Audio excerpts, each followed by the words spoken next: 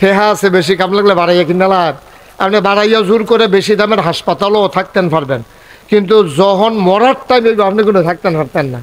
এই যে নুরুল ইসলাম বুলবুল, নুরুল ইসলাম বাবুল, বুলবুল না বাবুল, এই যে যমুনা ফিউচার পার্ক, যমুনা গ্রুপের যিনি মালিক, শুধু ফিউচার পার্ক না, যমুনা ফিউচার পার্ক, তারপরে যুগান্তর, তারপরে আরও যা যমুনা ফ্যান, যমুনা টিভি, তারপরে গিয়ে এসি ফ্রিজ, এই যে যমুনা গ্রুপ অফ ইন্ডাস্ট্রি, এটার যিনি মালিক, ওনার করোনা হয়েছে। কিরোনা করোনা কি হয়েছে?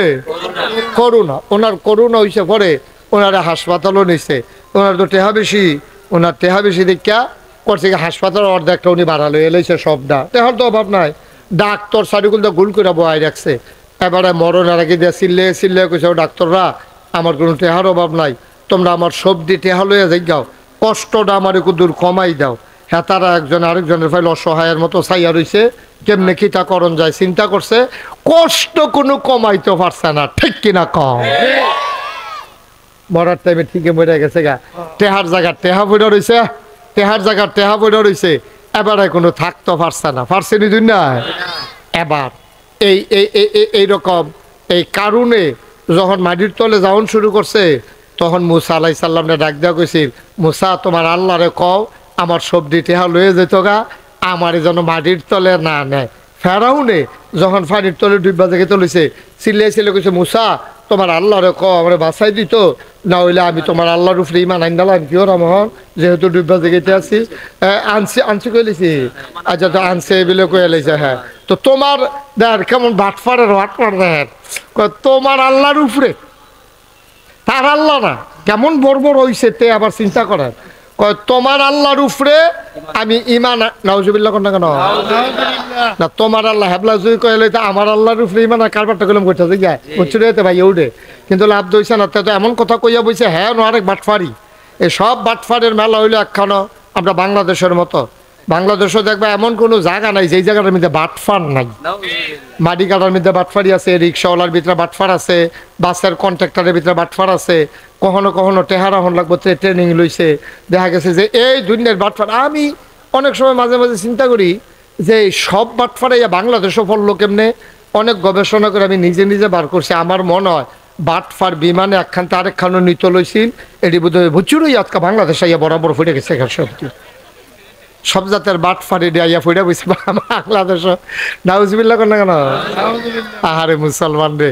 তো যেই কথাটা কইতাম ইসলাম, তো যখন আল্লাহ কইছে তোমরা কি আল্লাহকে ভালোবাসতে চাও অথবা আল্লাহর ভালোবাসা পাইতে চাও, তো সবাই কই জি পাইতে চাই। কতাইলে ফাত্তাবিউনি, নবীর দিয়া কয়, ও নবী আপনি বলেন ফাত্তাবিউনি, তারারে কইয়া দেন তারা যেন আপনার অনুসরণ অনুকরণ, এত্তেবা অনুসরণ। এত্তেবা মানে কি? কদম বকদম, মানে আমি এই বাম ফাওড়া যেমন হালাইছি আপনি এই বাম ফাওড়া শফিক এখন হালাইবেন, আবার ডাইন ফাওড়া যেমন দিছি এমনি ফালাইবেন। আমি যেমনি কাক দেই আপনি এমনি মিলাইয়া মিলাইয়া বুড়ি আঙ্গুলের জায়গাত বুড়া জায়গা, বুড়ি আঙ্গুলের জায়গাত বুড়ি আঙ্গুল, কাইন আঙ্গুলের জায়গাত কাইন আঙ্গুল, মুড়ার জায়গাত মুড়া, এমনি হালাইয়া হালাইয়া কদম বকদম এই পায়ের লগে ফাও মিলাইয়া এমনি সুন্দর করে আগাই যাওয়ার, এইটারে কয় এত্তেবা অনুসরণ। আমরা দেশ এইটার আবার একটা ফাইকারি অর্থ করে লাই, আল্লাহকে ভালোবাসতে চাইলে নবীকে ভালোবাসো না, নবীকে অবশ্যই আপনি ভালোবাসবেন, এটার বিরোধিতা করার কোনো সুযোগ নাই। নবীর ভালোবাসা না থাকলে তো আপনি ইমানদার হইতেন পারতেন না। নবীর ভালোবাসা আপনার অন্তরে থাকবে। তবে ভালোবাসা কারে কয়? ভালোবাসা কয় নবীর অনুসরণ অনুকরণ পুঙ্খানুপুঙ্খ রূপে আপনি যখন করবেন, এটি হইল প্রকৃত অর্থে নবীর ভালোবাসা। সুবহানাল্লাহ কইতেন না? আর নবীর ভালোবাসা কোনো দিন, ক্ষণ, মাস, সপ্তাহ, বছর, যুগ এটার লগে সম্পৃক্ত না। কিন্তু মুসলমান মন দিয়ে শুনো রে ভাই, নবীর ভালোবাসা তোমার জন্ম থেকে তোমার মৃত্যু, তোমার রান্নাঘর থেকে তোমার সংসদ ভবন, তোমার সকাল থেকে তোমার সন্ধ্যা, তোমার ঘুম থেকে উঠা, তোমার ঘুমাইতে যাওয়া। খেয়াল করেন, আমি 4টা জিনিস বলছি। তোমার জন্ম থেকে তোমার মৃত্যু, তোমার রান্নাঘর থেকে তোমার সংসদ ভবন, তোমার সকাল থেকে তোমার সন্ধ্যা, তোমার ঘুম থেকে উঠা ঘুমাইতে যাওয়া, এই মাঝে যত কাজ আছে এই সবগুলা কাজ আল্লাহর বিধান নবীর তরিকা অনুযায়ী করা, এটারে কয় ওই যে নবীর ভালোবাসা। বলেন সুবহানাল্লাহ। সাহাবারা কি মানা নবীরে মানছে। ও সাহাবারা একদিন এক মসজিদের ভিতরে নবীজি খুতবা দিতে আছে, এমন সময় পিছিয়ে দিয়ে দুইজনে বোধ আওয়াজ করছে, নবীর কারণ আওয়াজ ডাকেছে। নবী বলে বসো, এই কথা কইছে। পরে সব বৈশা গিয়া নবীর আলোচনা শুনতে আস। নামাজ শেষ হয়েছে, খুতবা শেষ হয়েছে, আলোচনা শেষ হয়েছে, সবাই তাসবিহ তাহলিল ফইরা যেই মাত্র রাস্তাত গেছে বাদ যাইব, সব শেষ আর বইয়ে থাকবো। কিন্তু সবাই মিল্লা যখন বাড়িছে, বাড়িয়া গিয়া দেখে একবার বাজারের ব্যাগ লইয়া মসজিদের সামনে রাস্তার উপরে বইয়া রইছে। তো মানুষে গিয়ে জিজ্ঞেস, ও তোমরা যাও হইছ? তোমার না? আচ্ছা ঠিক আছে, পরে এটা কত হইব? মারহাবা কন, বিরক্ত করো না, দুষ্টামি করো না, সবাই বসো, আমিন কন। আমরা সময় পাবো তো কম, খুব মনোযোগের সাথে কথা শোনা লাগবে। তো নবীজি কইছেন চুপ বসো। মসজিদের ভিতরে কারা কথা কইছেন, আওয়াজ হইছে। নবী এই কথা বলার পরে হলো তো নামাজ পড়ছে, চুপ করে বইয়া খুতবা হইছে, আলোচনা হইছে, তাসবিহ তাহলিল হইছে। সবাই মিল্লা যখন বাড়ি গেছে, বাড়িতেছে গিয়া দেখে রাস্তার মধ্যে একবার বাজারের ব্যাগ লইয়া বইয়া রইছে। সুবহানাল্লাহ না কেন? তো যারা বাড়িছে তারা দেখা সেটা কই, কি দেবো তুমি এমনি রাস্তার মধ্যে বাড়িয়া বইয়া রইছি কিতা, রাস্তার মধ্যে এমনি ব্যাগ লইয়া বইয়া রইছি কিতা? ভাই ও আমি এহেন দিয়া যাইতাম ইসলাম বাইক, হঠাৎ করে মসজিদ বরাবর সামনে আওয়ানোর পরে আজকে একটা আওয়াজ শুনলাম, নবীর কণ্ঠের আওয়াজ আমি ধরতাম পারছি। কইছে চুপ বসো। এই কথা শোনার পরে আমি লগে লগে বইয়া লাইছি। সুবহানাল্লাহ না? কত তুমি চাইবা না কারে কইছে কিতা না হুদুদি তুমি বইয়া রইছ।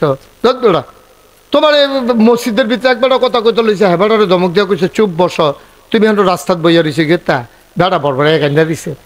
বেড়ায় ভাই আমার নবীর কণ্ঠের আওয়াজটা যখন আমার কানে দিয়া ঢুকছে, সুবহানাল্লাহ কয়লা, আমার নবীর কণ্ঠের আওয়াজ আমার কান যখন শুনছে, কারে বলছে কারে বলে নাই এই যাচাই বাছাই করার মতো আমার বিবেক সময় পায় নাই।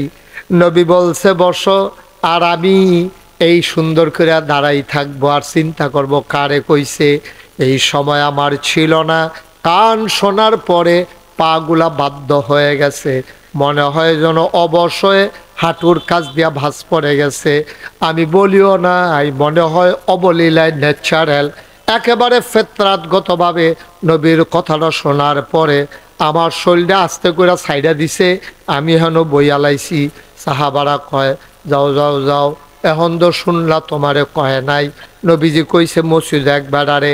এবার সাহাবা কান্দার কয় না আমার সম্পর্কে তোমাদের কোনো ধারণা নাই।